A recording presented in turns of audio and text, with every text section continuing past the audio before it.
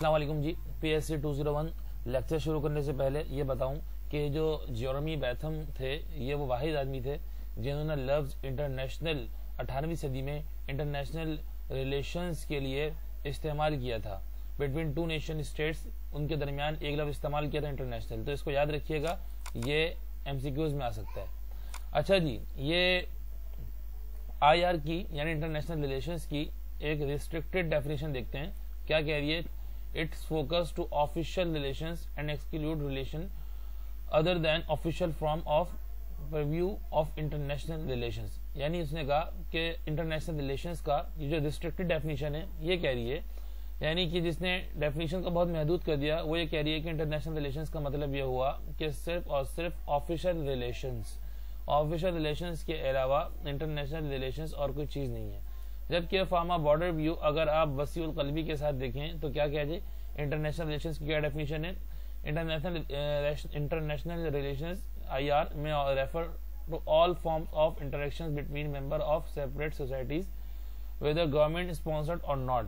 यानी कि सीधी सीधी बात आ गई कि जिन्होंने महदूदियत को खत्म कर दिया और तमाम की तमाम इंटरेक्शंस जो होती हैं दो सोसाइटीज या दो गवर्नमेंट्स के दरमियान उनको इंटरनेशनल रिलेशंस कह दिया। अच्छा जी, IR include analysis of foreign policies. इसमें फॉरेन पॉलिसीज शामिल होती हैं, खारजा policies, political process between two nations, दो नेशंस के दरमियान तिजारती ताल्लुकात क्या हैं और इंटरनेशनल ट्रेड कैसी है और सोसाइटी इंटरेक्शन दो लोगों के दरमियान में कैसी है, इनके मुतालिक बातचीत होती है। अच्छा जी, मजीद इसमें देखते हैं, अगर हम इसकी स्टडी करते हैं तो इसमें हमें क्या क्या चीजें नजर आती हैं। Principle focuses of international organisations as well as the political social economic organisation of political life. यानी ज्यादातर जो तवज्जो है इंटरनेशनल ऑर्गेनाइजेशंस यानी जो दो लोगों के दरमियान राब्ता कायम करने का जरिया बनती हैं, इसके अलावा इसके साथ साथ पॉलिटिकल रिलेशंस भी शामिल हैं IR में, सोशल रिलेशंस भी शामिल हैं IR में और इकोनॉमिकल रिलेशंस भी IR में शामिल हैं।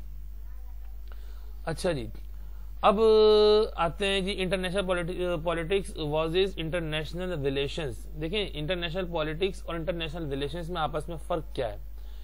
IR is wider in scope than international politics.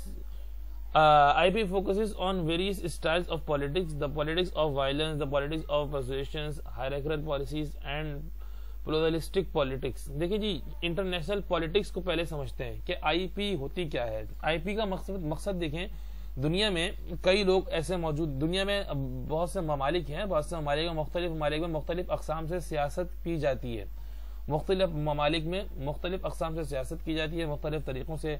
कोई वायलेंस सियासत करता है यानी कि कत्ल व गारत गरी को फरोग देता है, ये ऐसा कई ममालिक में हो चुका है जिनकी मिसालें भी देना मुनासिब नहीं है। कोई जो है परसुएशन की पॉलिटिक्स करता है, कोई हायरार्किकल पॉलिटिक्स करता है, तो IP में तो ये चीजें शामिल हैं। तो IR embraces that totality of relations among people and group of people in global society which go beyond looking at political forces to an examination of socio-cultural and economic process as well। तो international politics में तो ये चंद चीजें शामिल हो गई थी, persuasion शामिल हो गई थी, हायरार्किकल पॉलिटिक्स शामिल हो गई थी, लेकिन IR में ऐसा शामिल नहीं हो रहा। IR तो एक ग्लोबल सोसाइटी बना रहा है। देखिए, यहाँ पे सिर्फ वायलेंस की बात भी की जा सकती है, पॉलिटिक्स में तो मफादात की सियासत भी हो सकती है, पॉलिटिक्स में तो लोगों की अच्छाई का भी बात की जा सकती है, लेकिन ये कई सारी चीजों का मजमुआ है। लेकिन IR जो है वो ऐसी कोई तरतीब नहीं बना रहा। IR तो कह रहा है कि एक सोशल कल्चर हो जो इंटरनेशनली जो है आबाद हो, एक ग्लोबल सोसाइटी हो जिसमें तमाम लोगों के कंप्लीट रिलेशन आपस में एक दूसरे के साथ मौजूद हो।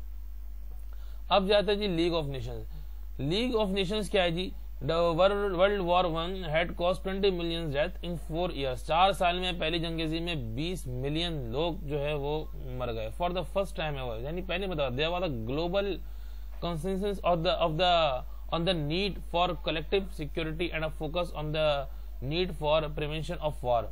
यानी कि सबसे पहले ये बात सोची गई वर्ल्ड वॉर 1 के बाद कि कोई ऐसी तरतीब बनाई जाए, कोई ऐसा सिस्टम बनाया जाए जो वॉर से बचाव में करामत साबित हो। यानी लोग ये नहीं चाहते कि दुनिया में लोग जो हैं वो मरे जंग की वजह से, या एक माशरती सोच ये फितरत ये नहीं कहती کہ لوگ جنگ کی وجہ سے اتنی بڑی تعداد میں لڑیں، کیونکہ دو ممالک کی آپس میں دشمنی ہوتی ہے اور عام لوگ جو ہیں وہ اس میں جنگ میں مارے جاتے ہیں.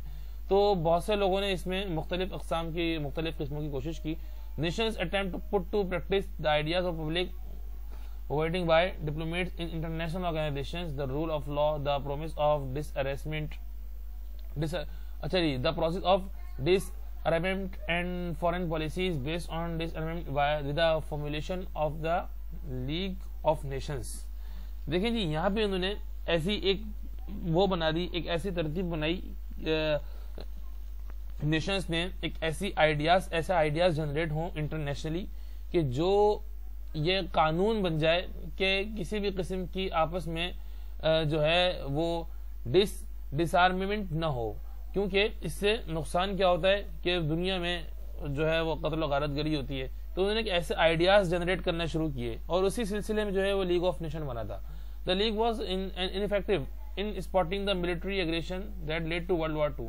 ابھی جو لیگ آف نیشنز بنا مختلف اقوام کے کوشش سے، جدوجہد سے ورلڈ وار 2 پہ یہ ختم ہو گیا. کیوں؟ کیونکہ جس مقصد کے لیے بنایا تھا وہ مقصد کاریگر ہو ہی نہیں سکا اور ورلڈ وار 2 ہو گئی، جنگ پھر ہو گئی اور تمام کا تمام جو ہے ہماری محنت دھری کی دھری رہ گئی. فارن پالیسیز کیا ہیں جی؟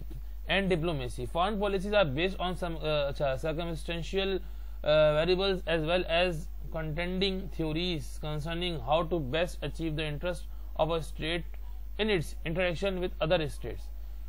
صورتحال یہ ہے کہ ایک اسٹیٹ کا، ایک کنٹری کا دوسری کنٹری سے کیا انٹریکشن ہونا چاہیے، ایک کنٹری کا دوسرے کنٹری سے کیا تعلقات، کس طرح کے تعلقات، کیسی کمیونیکیشن ہونی چاہیے اور کس قسم کی کمیونیکیشن ہونی چاہیے، ایک کنٹری دوسرے کنٹری کو کس طرح سمجھتی ہے. ان تمام پالیسیز یہ جو تمام پالیسیز ہوتی ہیں یہ فارن پالیسیز کہلاتی ہیں. اس میں مزید کچھ چیزیں بھی شامل ہیں، لیکن اب پہلے ڈپلومیسی کو پڑھتے ہیں. Diplomacy focuses on the structures and instruments available for diplomacy and the changing scope of interaction with international actors. Diplomacy focus کرتی ہے کس پہ جی؟ Structure and instruments available for diplomacy and the changing scope of interaction with international actors.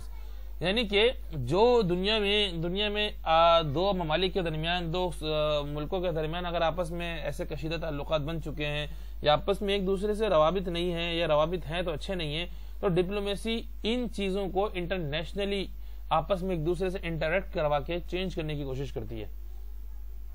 International institutions کیا ہیں جی؟ ہم اس chapter میں مزید کچھ بین الاقوامی تنظیموں کے بارے میں، بین الاقوامی انسٹیٹیوشنز کے بارے میں پڑھیں گے، جیسے NGO ہے، نان گورنمنٹل آرگنائزیشنز ہے، یورپین یونین ہے، نارتھ اٹلانٹک ٹریٹی آرگنائزیشن ہے، یا مزید کچھ ایسٹ ایشین نیشنز ہے اور ساؤتھ ایشین ایسوسیشن ہے.